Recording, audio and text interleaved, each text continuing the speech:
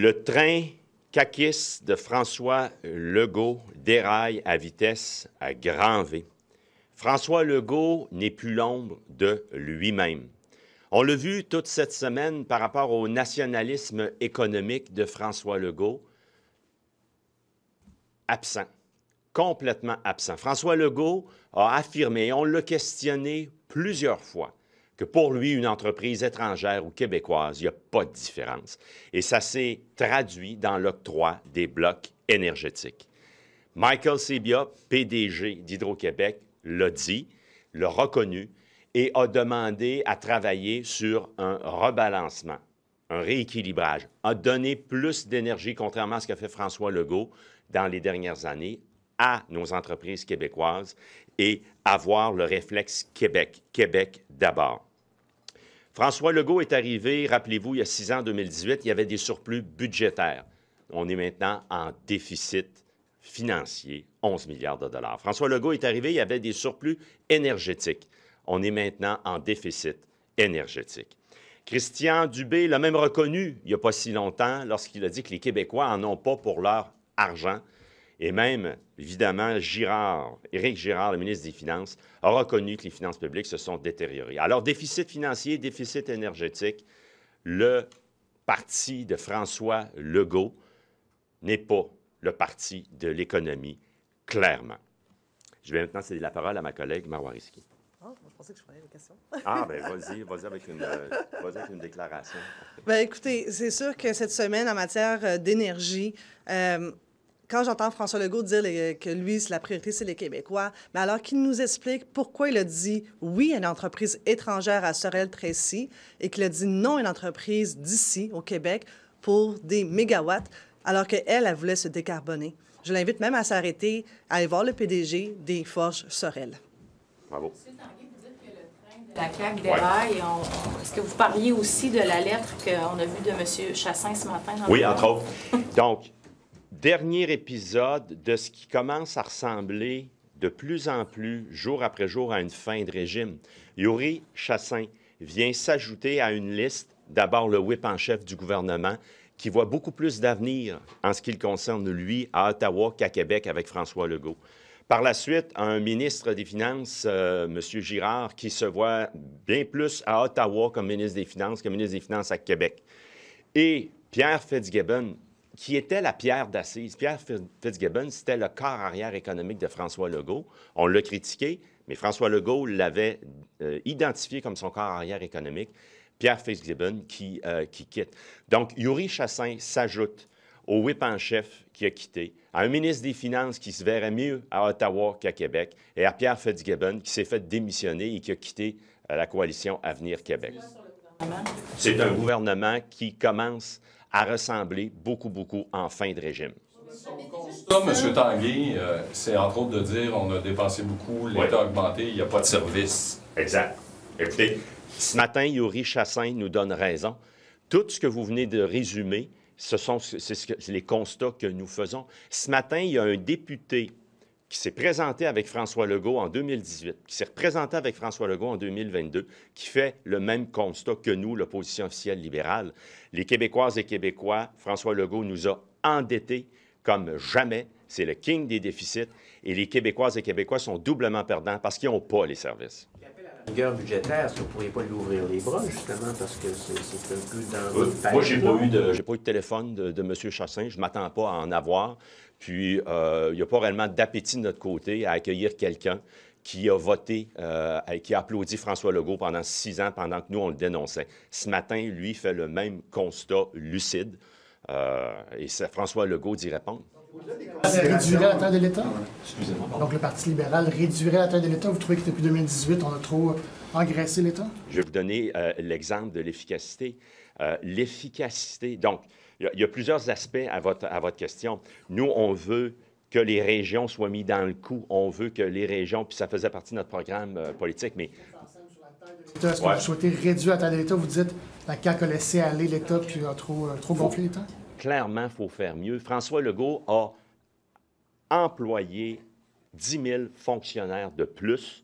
On ne le voit pas dans les services, clairement pas. François Legault est passé, puis je vais céder la parole dans un instant à ma collègue.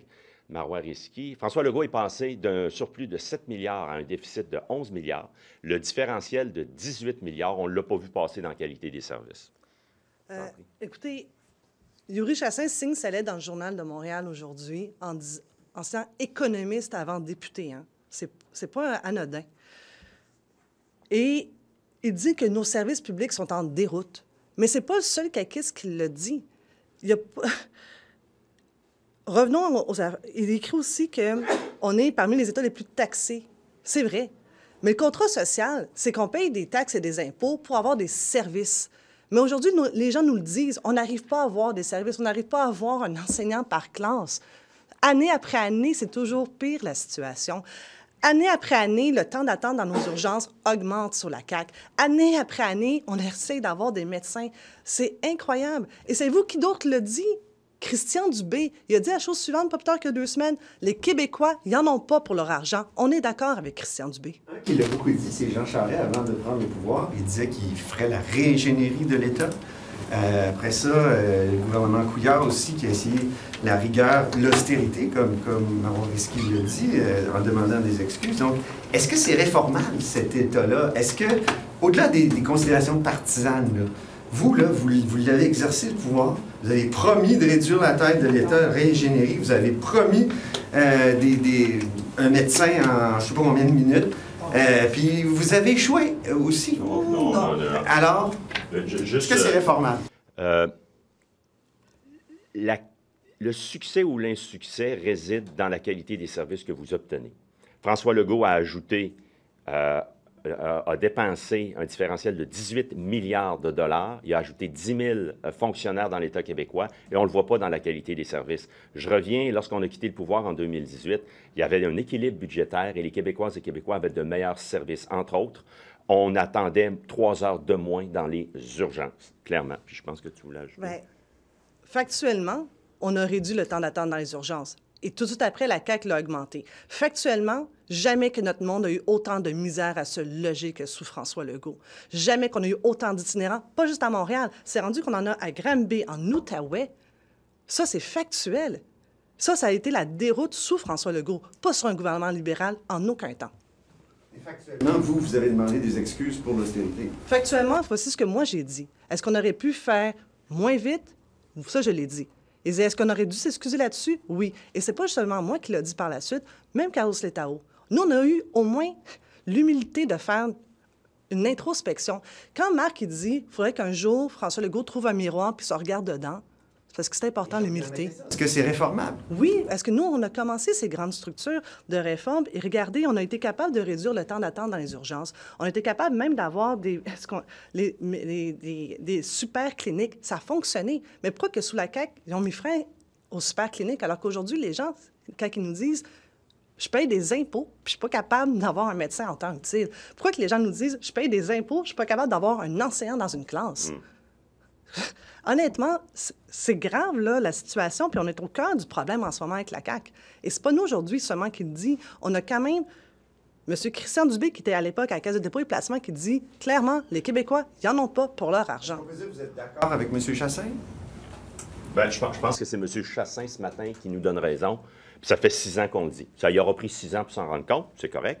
Il a été candidat 2 fois avec François Legault. Alors, quand Yuri Chassin dit en substance ce matin que quand on regarde le déficit historique et que c'est préoccupant, surtout quand on regarde aussi que les Québécoises et Québécois n'en ont pas pour leur argent et n'ont pas les services, il fait le même constat que l'on dresse. OK, puis un bon transfuge... Non, on ne s'enligne pas pour ça du tout. Non, j'ai pas eu d'appel puis je ne m'attends pas à en avoir. Chose certaine, ce matin, il y en a un chez la CAQ additionnel qui est lucide. Après le whip en chef qui voyait son avenir plus à Ottawa qu'à Québec, je pense que Yuri Chassin s'additionne à une liste de gens qui se rendent compte que François Legault, ça aura été, dans tous ces dossiers majeurs, des belles promesses, des belles paroles, mais qui n'aura pas livré. Do you think this letter can become a potential game changer for Premier Legault? Because he is in the delicate position of being in 6 years in power, there is fatigue, so maybe he's going to bounce back. I think that François Legault, you'll find me a little bit rough this morning, I think that François Legault couldn't care less. François Legault, I think, don't care. François Legault haven't realized what are the conclusions this morning of Yuri Chassin, that it's a huge red flag with respect to the state of our public finance, and realizing that Quebecers don't have enough in time and in quality services for the money that we're sending in Quebec. So I don't think at the end of the day that François Legault will change. It's going to be the same old François Legault in terms of his politics. And I don't think that he really cared this morning. I don't think that he really cares. And he's going to be, you'll see, I'm going to predict something, he's going to downplay this. He's going to say there, ask him a question, what are you going to change? Is it a game changer this morning? I don't think so. Unfortunately for Quebecers, that it's going to be a game changer. But what the do you game think changer will be the next general election. But what do you think he should be changing then, you know? Of course, sure. But what should he be changing? Why do you think, you know, Monsieur Chassin came out this morning with a letter just a week after Mr. Fitzgibbon stepped down. So what message does that send to you? It sends that he's losing control and he's clueless with respect to any tangible and concrete solutions, François Legault. So I think that he must realize that he must stop spending irrationally without having any positive results at the end of the day. So François Legault must change that, but I don't think that it's going to change. You know what?